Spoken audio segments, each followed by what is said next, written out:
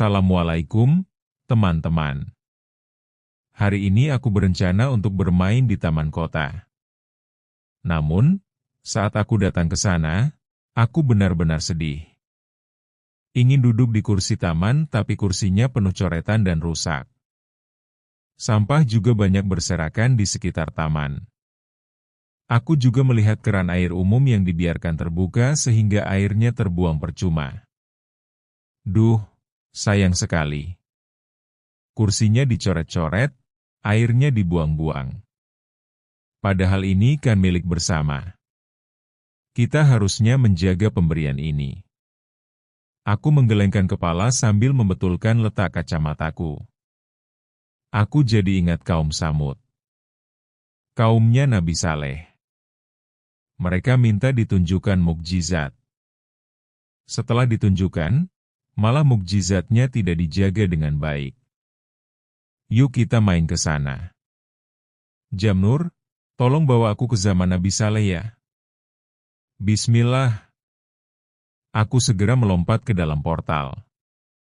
Aku mendarat dengan gaya hero landing tapi karena gugup, aku malah berguling dan menabrak tumpukan kendi air kosong.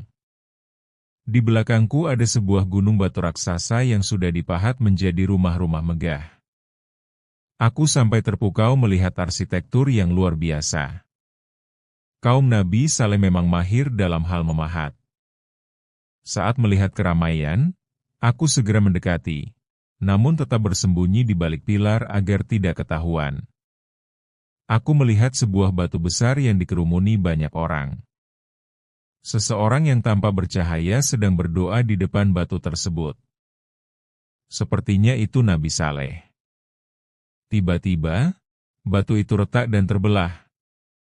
Dari dalamnya keluar seekor unta betina yang sangat besar, cantik, dan penuh wibawa.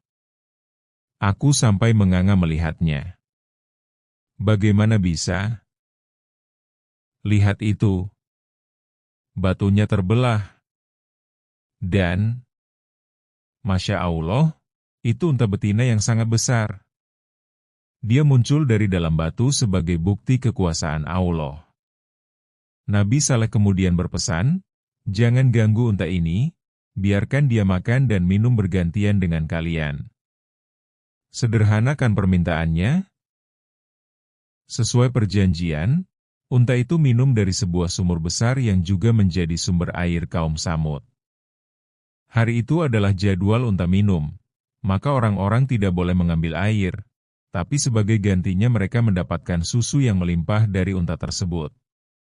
Aku melihat beberapa orang sedang berbisik-bisik. Mereka terlihat seperti orang jahat yang sedang merencanakan sesuatu yang buruk. Jangan-jangan mereka berencana buruk terhadap unta tersebut. Haduh, kok bisa mereka seperti itu? Aku menekan tombol forward pada Jamnur. Dan seperti apa yang aku duga, unta tersebut mati dibunuh. Padahal unta ini baik sekali. Dia memberikan susu yang cukup untuk seluruh kota. Tapi orang-orang zalim itu tidak bersyukur. Mereka tidak mau berbagi air dengan hewan ciptaan Allah. Padahal air itu milik Allah, dan unta itu ibarat fasilitas umum untuk mereka mendapatkan susu. Merusak fasilitas umum saja sudah dosa, apalagi menyakiti mukjizat Allah. Selang 3 hari, terdengar suara guntur yang sangat kuat sehingga bumi pun bergetar. Gempa bumi hebat melanda negeri kaum Tsamud. Orang-orang berlarian dan berteriak meminta pertolongan. Namun sayangnya tidak ada satupun yang selamat, kecuali orang-orang yang beriman. Mereka telah menerima azab atas kezaliman mereka sendiri. Saatnya untuk kembali pulang. Jamnur, ayo kita kembali pulang. Portal pun terbuka kembali. Aku sangat senang karena hari ini bisa mendapatkan pelajaran berharga. Pelajaran hari ini adalah, jagalah apa yang sudah Allah titipkan untuk kita, baik itu alam maupun fasilitas umum. Jangan zalim dan jangan serakah. Ingat, kaum Tsamud akhirnya dihukum karena kezaliman mereka. Alhamdulillah, Petualangan yang luar biasa. Saat kembali ke taman kota, aku mematikan keran air. Kemudian mengeluarkan tisu basah dan mencoba membersihkan coretan di kursi taman sebisa mungkin. Paling tidak itu yang bisa kulakukan saat ini. Oke, di episode selanjutnya kita akan melihat sebuah pengorbanan luar biasa antara ayah dan anak, serta ada domba dari surga. Siap-siap tisu ya, ceritanya sangat menyentuh. Tunggu di episode selanjutnya ya. Sampai jumpa. Assalamualaikum. Dah.